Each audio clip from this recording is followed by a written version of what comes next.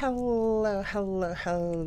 Welcome back to the channel and welcome back to another episode of the podcast right here, streaming live on YouTube. My name is Ariana Dieva, and we are here to talk about more stupidity that is going on in the world of politics, in the world of the United States, in the stupidity, what is known as Trump's regime. Prove me wrong that Trump is the worst president in American history, because he is. It is just a given fact, and I'm not going to apologize for that, because his administration, from the top, which is him, all the way down to his minions, has just been a crisis call for the United States, and honestly, for people who have not woken up to the corruption and the deception and the complete and utter disregard for the law and order president. I mean, come on now. At this point, we need to understand this man needs to go. Whichever way. Whether God takes him and sends him where he needs to be, or he's just taken out of that office with that whole regime. Hegseth, Rubio, Vance, all of them just out, gone. I can't do it.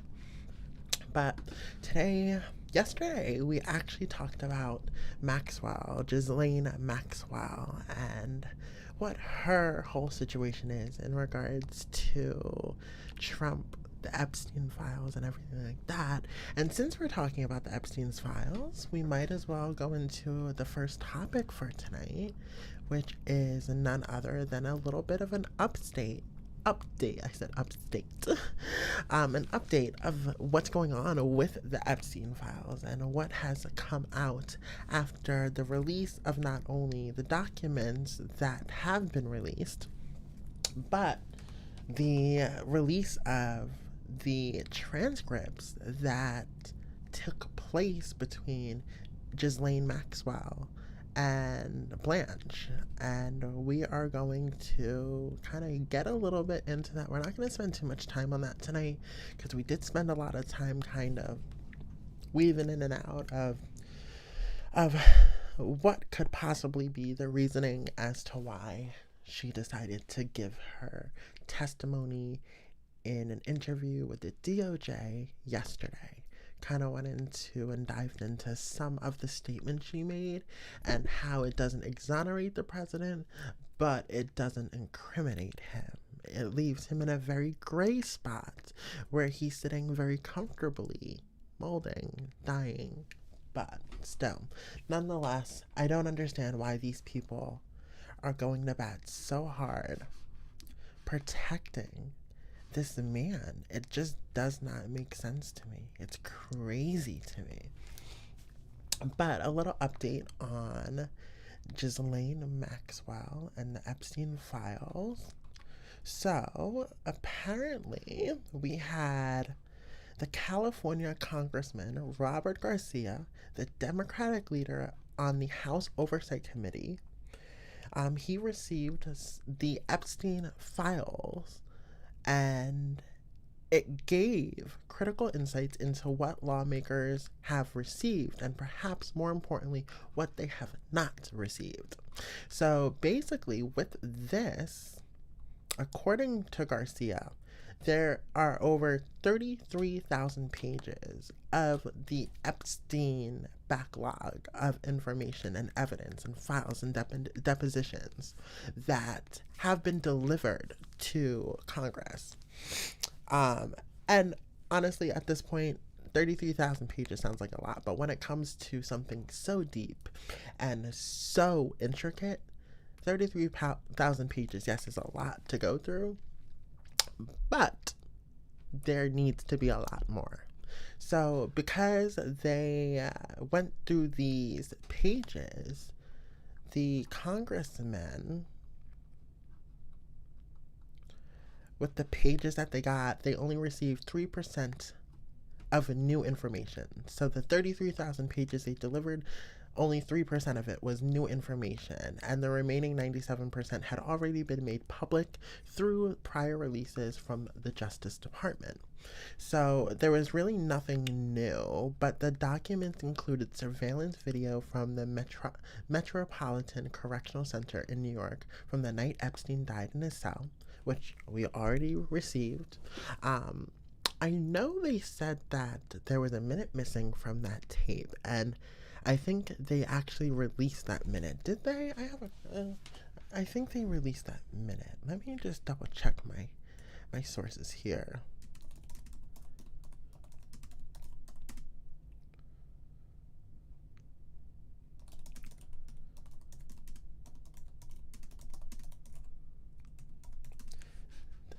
The missing minute.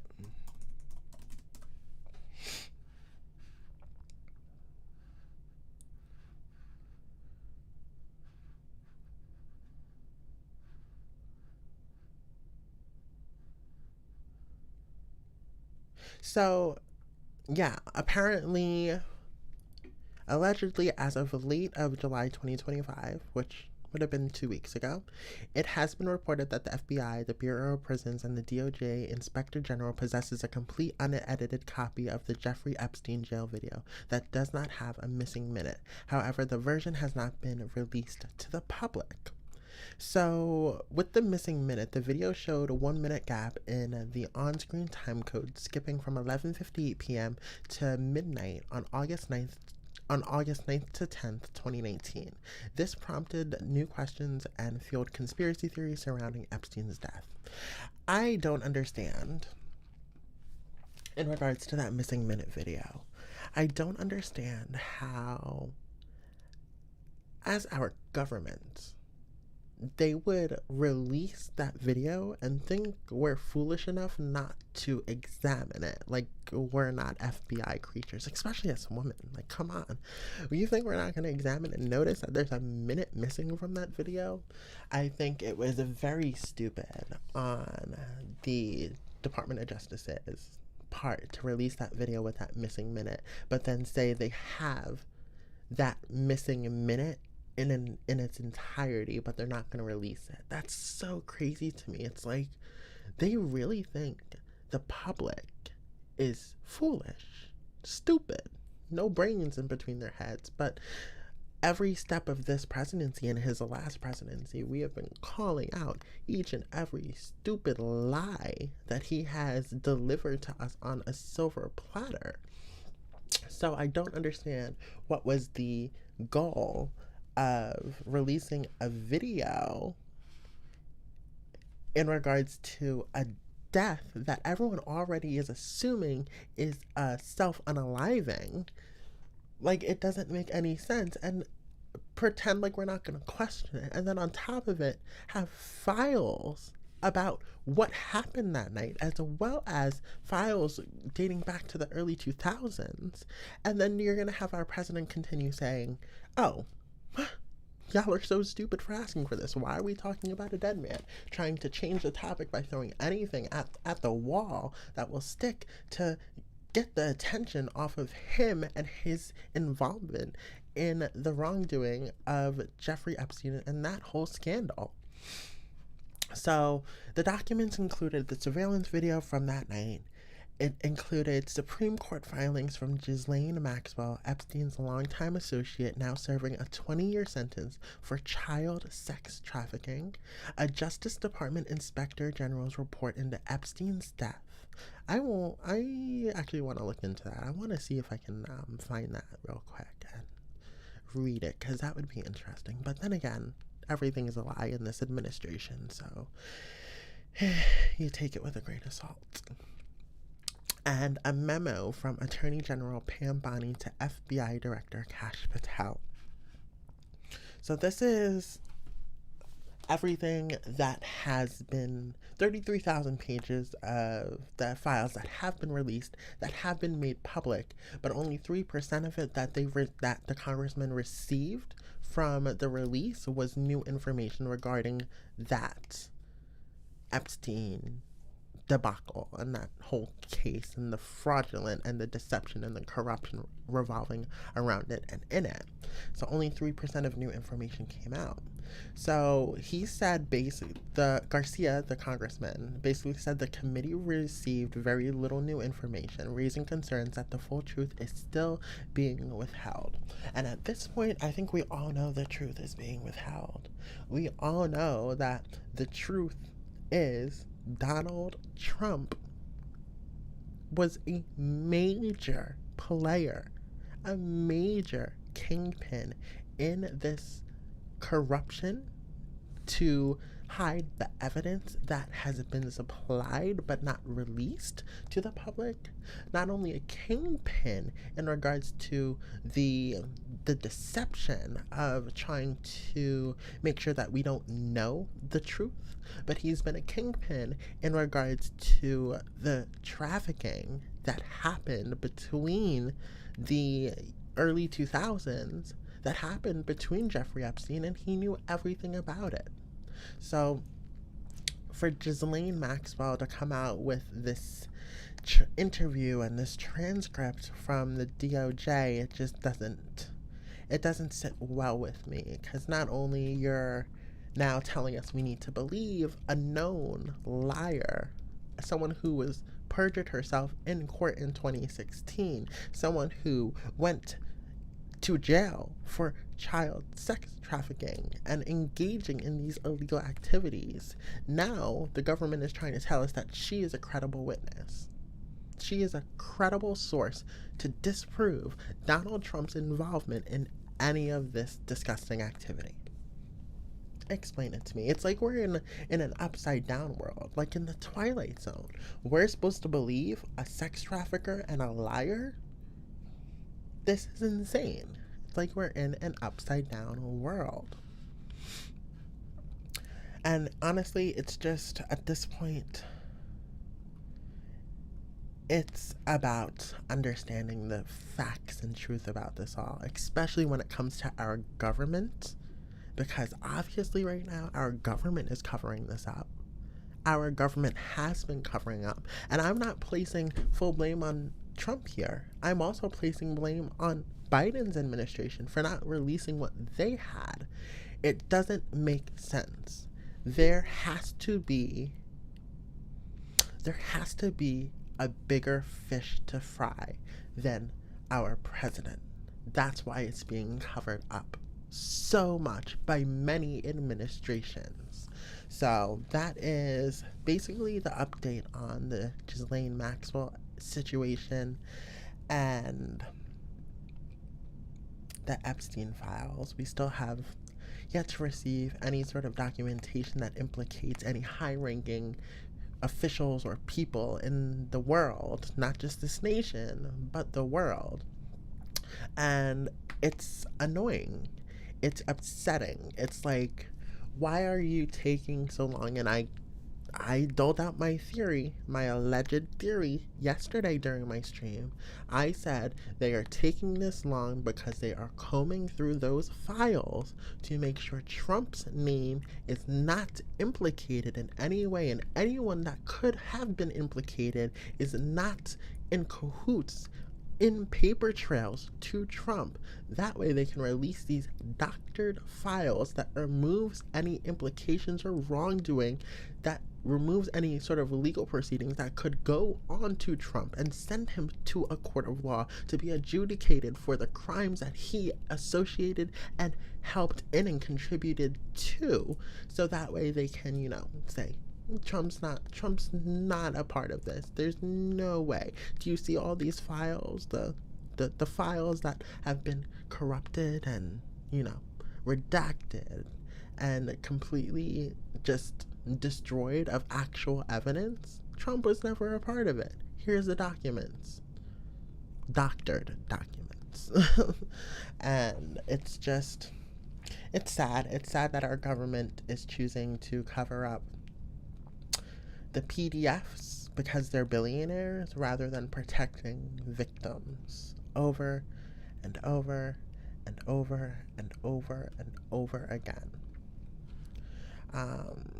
So, another big news operation that we have going on here is none other than California and Texas, who are in legal battles over redistricting their states. So, this was funny. I think Gavin Newsom is what we need currently in the Democratic Party.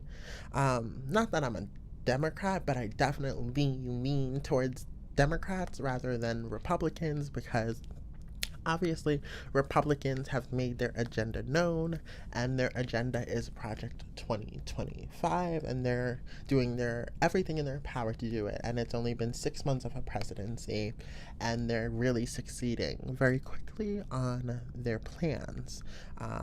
And their plans include removing health care for women, removing LGBTQ plus rights from daily livelihoods, and just in general, just being available to people.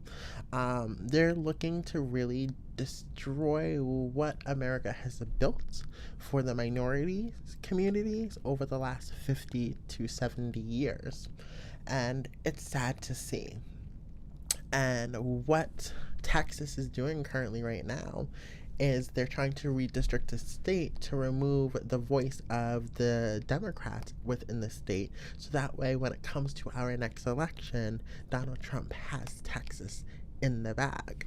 So when we get into this article here, let's just, get into it. So we have some factual backgrounds. Texas lawmakers approved a new congressional map this week at the behest of Donald Trump, seeking to preserve his Republican Party's slim majority in the U.S. House of Representatives in the November 2026 midterms elections.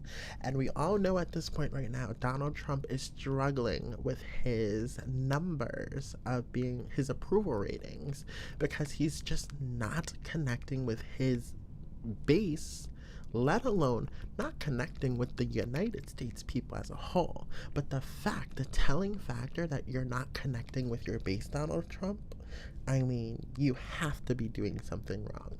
But we have to also understand that Donald Trump is not in this for himself.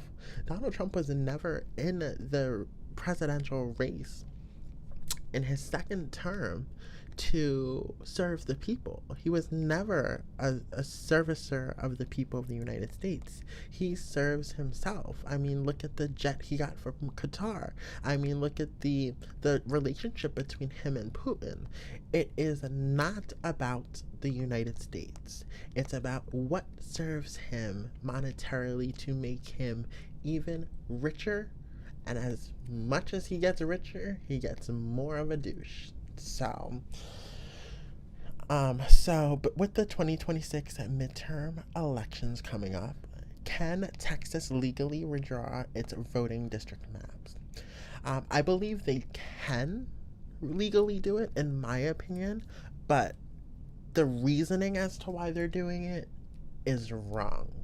And that should be illegal because they are trying to now redistrict to steal an election that is coming up for the midterms, and not only the midterms, but that affects also the presidential election coming up in 2028, right? We're in 2025, right? 5, 6, 7, 8. Yes, in 2028. So I think it's legal to redistrict for communal reasons that benefit the community and helps hear everyone's voice in a community or a state, but the way and reasoning as to why they are redistricting this map to corrupt an election in midterms as well as our presidential election that is coming up, I mean, it's very, very clearly spelled out that Donald Trump wants to run again for a third term. That gives me hives. That gives me effing hives. But at that point, it won't even be a third term. It will be a regime of Donald Trump if this allows to happen, and we cannot allow it to happen because it just gives me hives. But the reason why it's illegal currently is because they're trying to corrupt the system and voting rights from everyone having a say in how that state votes, whether it swings red or blue. They're making sure it is completely red for Donald Trump, and it is a guaranteed electoral college win for Trump when it comes to the 2028 election, if somehow, some way, he runs for a third term.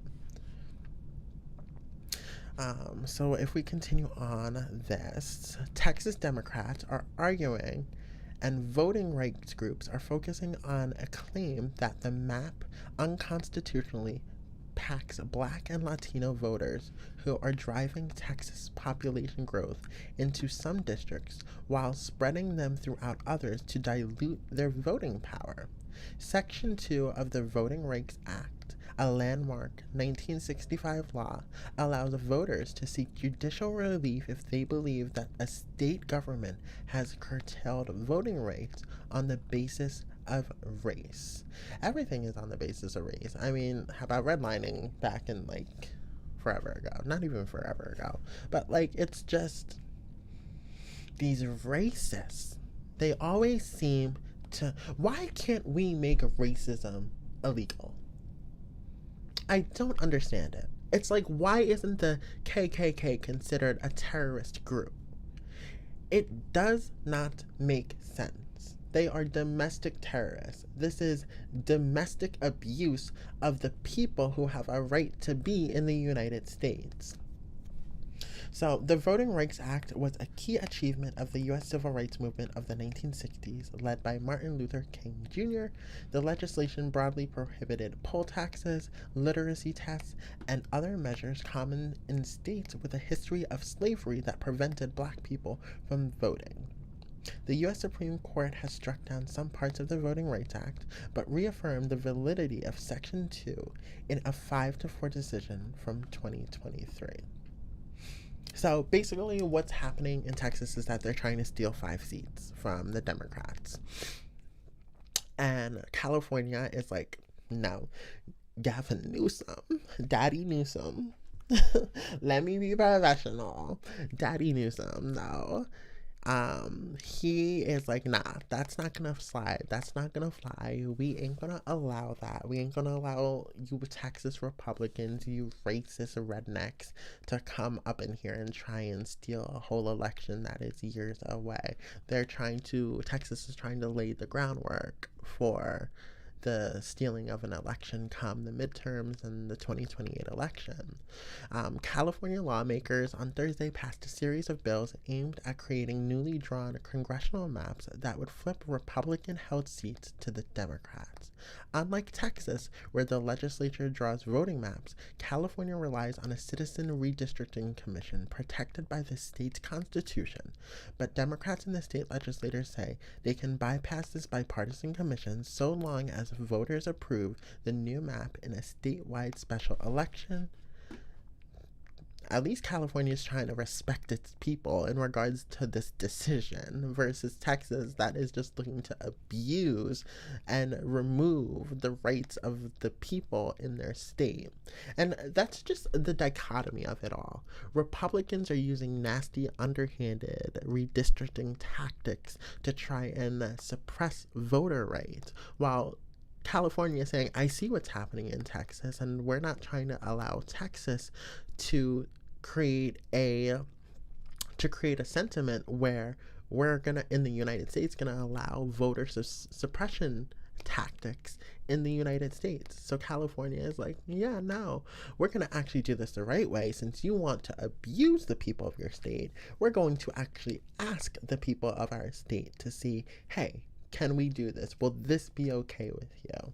It's just such a dichotomy of how evil the Republicans are versus how, for the people, the Democratic Party is in certain instincts, like this one. So all of that is going down currently in the United States. It is just wild. It is wild. Oh, let's talk about Alligator Alcatraz closing down. That was a big waste of money, wasn't it? That was a gigantor waste of money.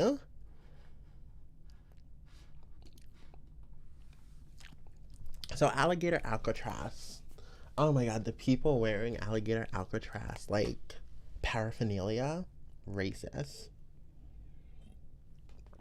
It's really just as bad as wearing a MAGA hat and allowing yourself to be a part of a cult. It's really bad. But Alligator Alcatraz opened like 2 months ago, and it housed immigrants.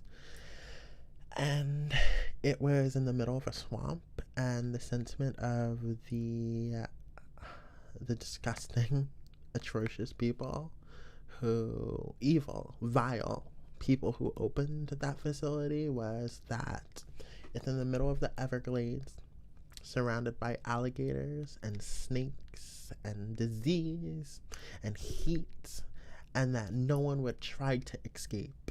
And if they tried, immigrants, not criminals, because at this point they're not just throwing criminals in these detention facilities, they're throwing just plain immigrants who migrated to this country for a better life into these facilities, which is illegal.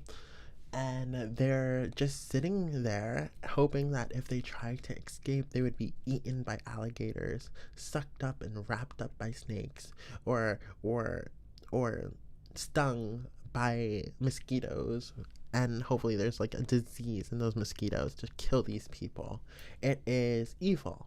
It was an evil plan. The name of Alligator Alcatraz just sounds evil.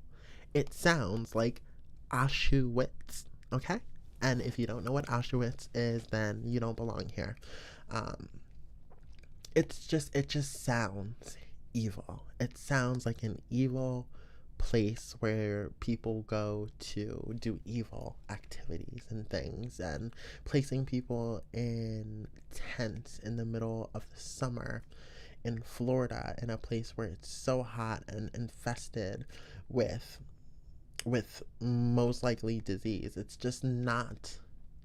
not becoming of what the United States represents. It's becoming of what Nazi Germany represented when they started throwing people into concentration camps, and then they took it further to when they put them into cellars with gas chambers. And it's just sick that our government is taking nothing but literal blueprints from the Nazi regime and applying it to present day in a way that doesn't look bad but is effing horrible.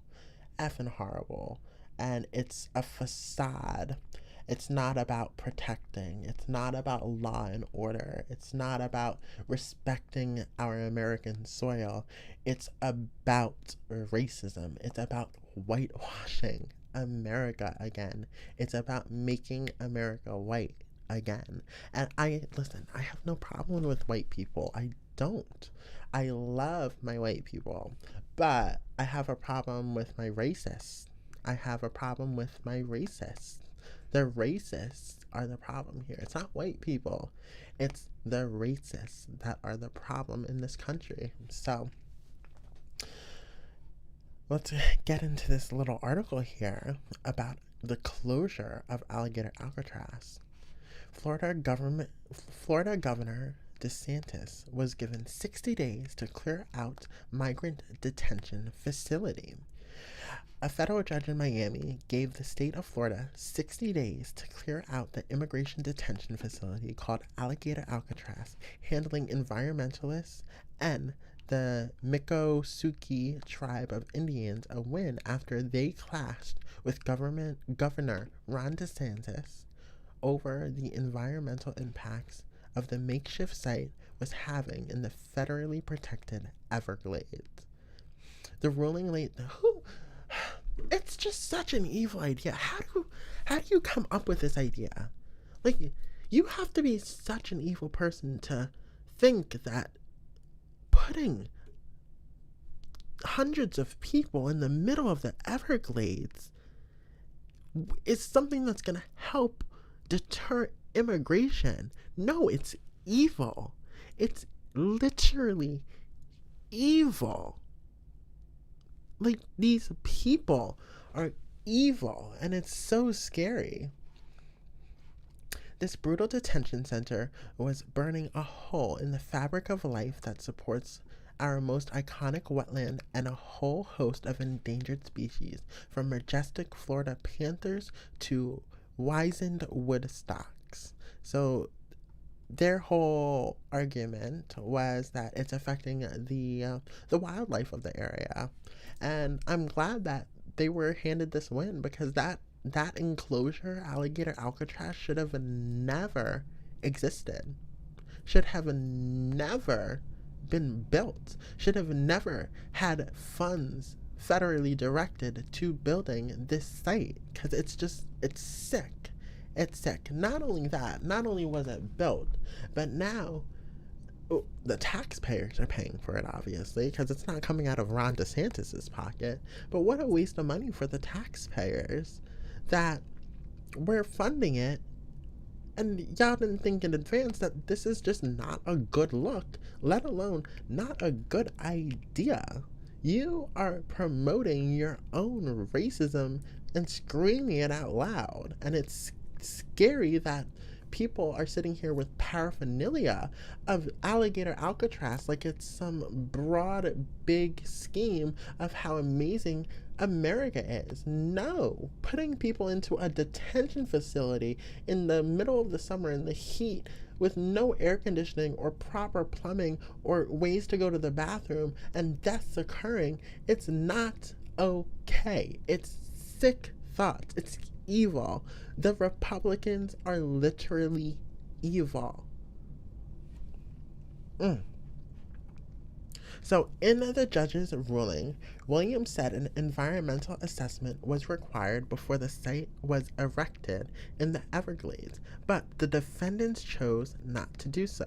Despite what DeSantis described as a facility that would have zero impact on the surrounding wetlands, Williams cited expert testimony and said the project will have considerable environmental impacts and should have been reviewed by relevant federal agencies. The project creates irreparable harm in the form of habitat loss and increased mortality to endangered species in the area, including the Florida panther, she wrote.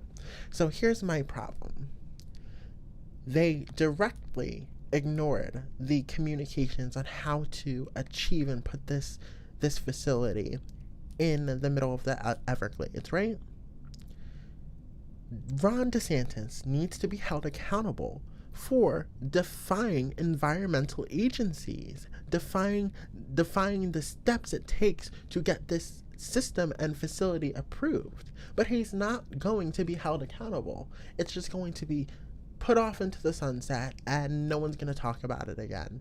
Ron DeSantis needs to be prosecuted for what he did and the illegal actions he took to develop and erect this facility that is evil, that looked to target migrants in the United States, not criminals, but in general, migrants and immigrants to the United States. And not to mention the federally assisted ICE program. It's just all around a bad institution when it comes to the detention center of Alligator Alcatraz. There was no sort of plan to legally have this accomplished. There was no plan by Ron DeSantis to legally have this accomplished, and he sidestepped every regulation to input this facility because he thought it would be a good idea to deter migrants from the United States. And here's my problem with Ron DeSantis and all of these MFers is that they think they are above the law. And because they are not going to be prosecuted for his wrongdoing, they are going to continue thinking they are above the law. He needs to be prosecuted to the fullest extent of ignoring environmental regulations that put environmental life in danger. Like, he needs to be prosecuted. He needs to. I mean, he's insane. He's insane. So, yeah, this happened, and now DeSantis moved to convert an old prison in North Florida into a second immigration detention site since now he needs to close down Alligator Alcatraz. And he's naming it Deportation Depot. You can't make this shit up. You can't. They're going into Home Depots to arrest immigrants, and they're going to name an entire facility Deportation Depot.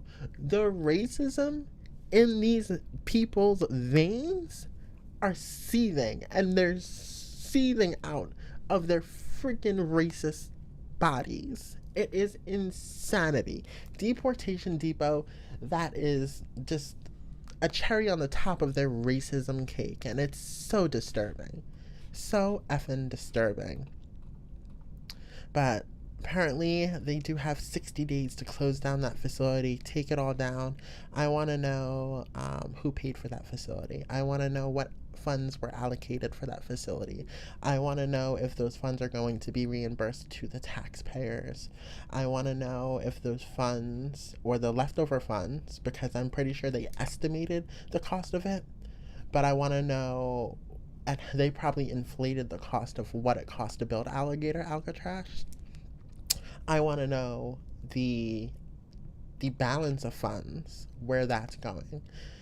Because, they like to steal. The Republicans like to steal money from people. So, the cost of converting the prison will be $6 million, state officials said, to Deportation Depot. They said the cost of building and operating Alligator Alcatraz was an estimated $450 million. All of that money wasted. Oh, I can't believe that. That is just sick. Sick, sick, sick. Speaking of Alligator Alcatraz and deportations and immigrants, let's talk about Kilmar Abrego Garcia. So, he was just released, and now they're threatening to deport him again.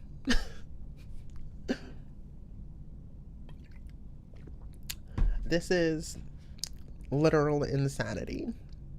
This administration. You know who lives free all up in Donald Trump's head? Kilmar Abrego Garcia. Gavin Newsom. These people he cannot stand. I'm pretty sure Greta Thunberg lives in his head rent free too. I mean, it's just, come on. But let's get to this article here.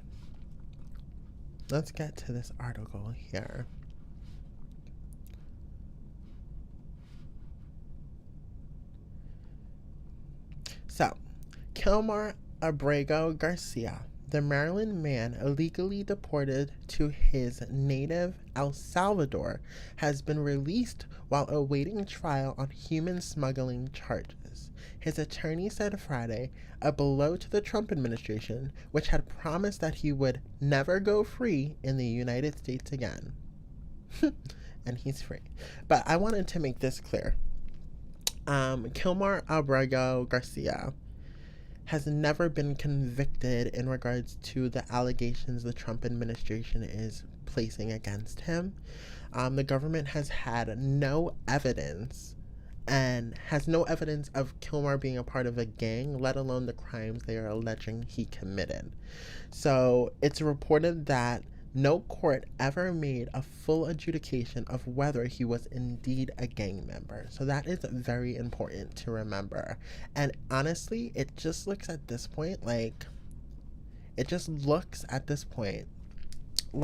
our government fucked up really bad by deporting an innocent man, a non-criminal, because they said they were just deporting criminals.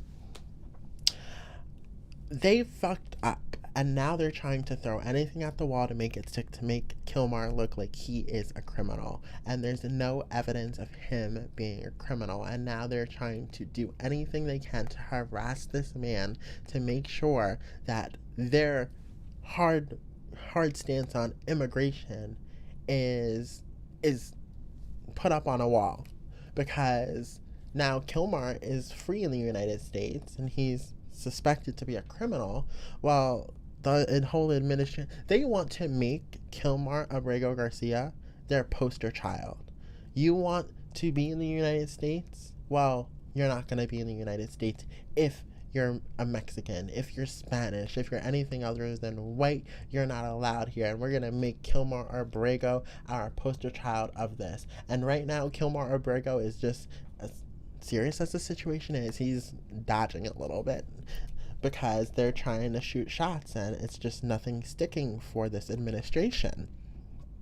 So federal officials obeyed a pair of court orders to release Abrego from jail in Tennessee, where he is accused of smuggling migrants based on a 2022 traffic stop in that state, and allow him to return to Maryland with orders to wear a GPS tracking device. He has pleaded not guilty to the criminal case. However, soon after his release, U.S. Immigration and Customs Enforcement, ICE, notified Abrego that he could be deported to Uganda as soon as next week, according to two people with direct knowledge of the information. He was also ordered to check in Monday at a local ICE office. A federal judge in Maryland previously ordered immigration officers to give Abrego 72 hours notice of his potential removal to a third country, a time frame that excludes weekends. This is insanity. Leave this man alone. Leave this man alone. You wrongfully deported him once. You made an ass of yourselves and your whole administration and your minions in ICE. And now you're going to threaten this man again to deport him for what crimes that have not been proven? There's no evidence of this man committing the crimes that this administration is alleging. It just seems like private harassment at this point. Let this man, Kilmar Abrego Garcia, live in his life. Like, it's just insane to me that our government can sit here and have no evidence of crimes against someone and still threaten to deport them to a third country that they're not even from. It's like insanity. Uganda of all places. Like, what is going through this administration's mind to think this is okay? It's like someone who gets made a fool of, but then they're like, no, I'm not going to be made a fool of. And they continue to attack the person who made a fool of them, only making them to look like a bigger fool and a bigger stupid person because they're just literally stupid. Like, they're humiliated and they have the shit all over their face to prove it. And they continue to do all of these tactics, and yet again, this man is released in the United States, and guess what? He's free in the United States because you guys didn't have enough evidence in the first place to keep him in El Salvador. Yeah. Just think about it. Just take a loss. Take a loss, bro. Just take a loss, Donald Trump and ICE. Come on, ICE. Just take a loss. But, a lot of topics covered here today. A lot of topics. But at this point, I really think that our country is at a pivot point, at a turning point on how we are going to proceed in this country. And honestly, I think the only way that we allow our country to survive is by splitting it in half. And by splitting it in half, I mean we let the by splitting it in half, I mean we let the Republicans have their side of the country, and then we let the Democrats, the progressives, have our side of the country. Like, we have like the conservative cucks of America being the Republicans, and then we have like the progressive states of America being like the progressives, like us who want freedom and choice and love and honesty and transparency and the ability to make money but also not have homeless people on the streets, things of that nature. So I think we just need to split the country in two.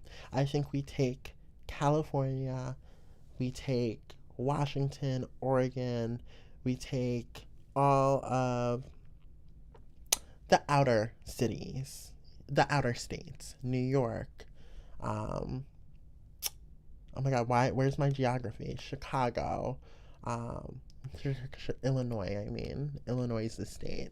Here's my geography being stupid. Illinois, Michigan, New York, Maine, New England, all of those states, Connecticut. We take all of those states and we allow the Republican cucks of America to have Texas, and then we take everything else. I think that's the best bet. Just push all the racist Republicans to Texas and Florida.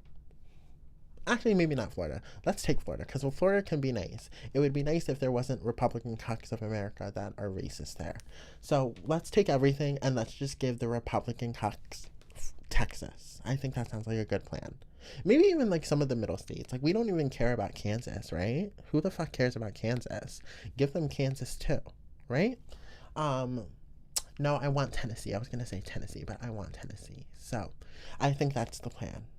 Republican cucks of America, give them 5 states in the United States, and then the progressive states of America have everything else. How does that sound? Anyway, I am going to end this episode with my geographical my geographical knowledge and the hope that we will split the United States into 2, because this shit just ain't working. I said what I said. Anyway, guys, have an amazing night, and I will catch you guys on the next episode of the podcast. I am Ariana Dieva, and adios.